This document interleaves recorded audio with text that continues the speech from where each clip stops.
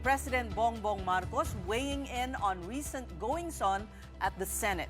He says he was watching with horror. More from mobile journalist Julie Baisa. Noong kami ay pinag-aaralan ng Ombudsman, ng Department of Justice, lahat ng mga aligasyon na dumating dahil sa flood control, maraming nagsasabi, bakit wala pang nangyayari? Bakit wala pang nangyayari? Bakit ang tagal ninyo? Ngayon, nandito na. At dahan-dahan lumalabas na ang katotohanan. Ito na yung mga ang hinihingi sa amin ng tao. This was the president's response to criticism his administration is moving at a glacial pace when it comes to the flood control scandal. The chief executive says they have only just begun, with the investigations into the multi-billion peso mess steadily gaining momentum. The scam has figured for months in the probe of the Blue Ribbon Committee, which Senator Amy Marcos said will be a much better panel under the new majority bloc. Amy was reacting to her estranged brother's take on current issues at the upper chamber, which she believes are, quote, clear incursions in the constitutional boundaries between executive and legislative. For her, one objective is to paralyze the new leadership when the flood scam probe resumes. But for Mr. Marcos, the panel his sister is referring to already came up with the same names now facing charges. Senator Jinggoy Estrada and maybe Senator Joel Villanueva, even Senator Rodante Marcoleta, although not for the infrastructure mess, could also be sued. That does not apply. Kung ano man ang naging alignment sa Senado, walang kinalaman yun. Ito pa rin ang mga tao na lumabas ang mga pangalan. Kung titignan ninyo, kung saan pinagbabasihan lahat itong mga ito, ay doon sa testimonya sa Blue Ribbon Committee. Doon naman lumabas lahat ito. So, binigay ng Blue Ribbon Committee sa Ombudsman at sa DOJ ang mga findings nila. Ito ang naging resulta ngayon. So, it has nothing to do with the alignment.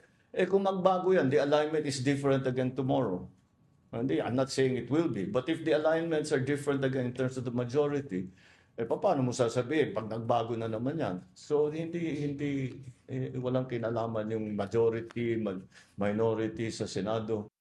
And then, there's the issue of the push for remote voting at the Senate, which President Marcos also weighed in on.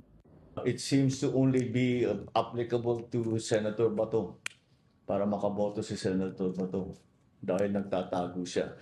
Now, for someone who is actually a fugitive from justice, na hinahanap ng pulis, na hinahanap ng Interpol, at may arrest warrant galing sa ICC, palagay ko, hindi siya dapat bumoto hanggat dumating siya dun sa Senado.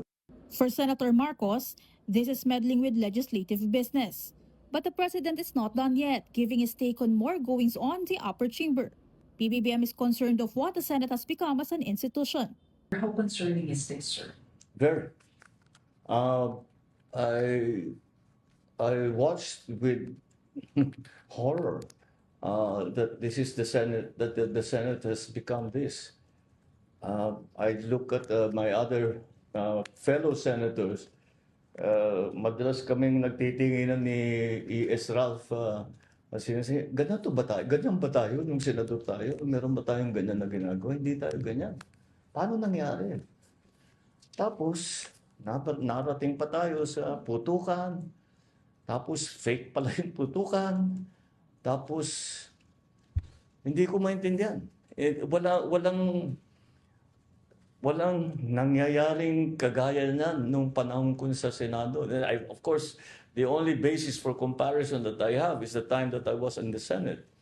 I was watching the comments of former SP, another colleague of ours, Senator Frank Drilon.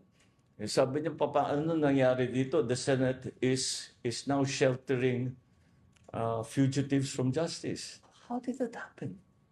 I don't understand how a Senate is supposed to function if those are the kind of things that the Senate is embroiled in. Mr. Marcos also had something to say to his senator sister who floated the no election scenario in 2028. She should fire her staffer who gave her that information.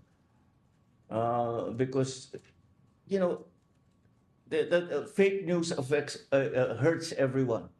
not only those that fake news is attacking, but also those who are purveying that fake news. The purveyors of fake news are also damaged by this kind of. So she should choose her sources of information. Finally, the president also addressed rumors that he will soon replace Interior Secretary John Victor Mulya. Yes, I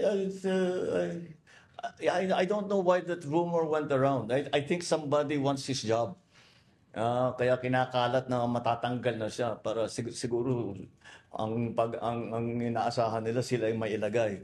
Pero wala kami pinaplano na ganun. The only latest change in the cabinet was in Dole. Because Secretary Benny has asked to take a step back. He has some issues that he has to deal with, and so we have appointed a new cabinet secretary for Dole, which is former Senator Francis Tolentino. The president made all these comments on the last day of his official visit to Japan. Malacanang enumerates several achievements from the trip, including billions of pesos of investment and expansion pledges from Japanese tech and manufacturing firms.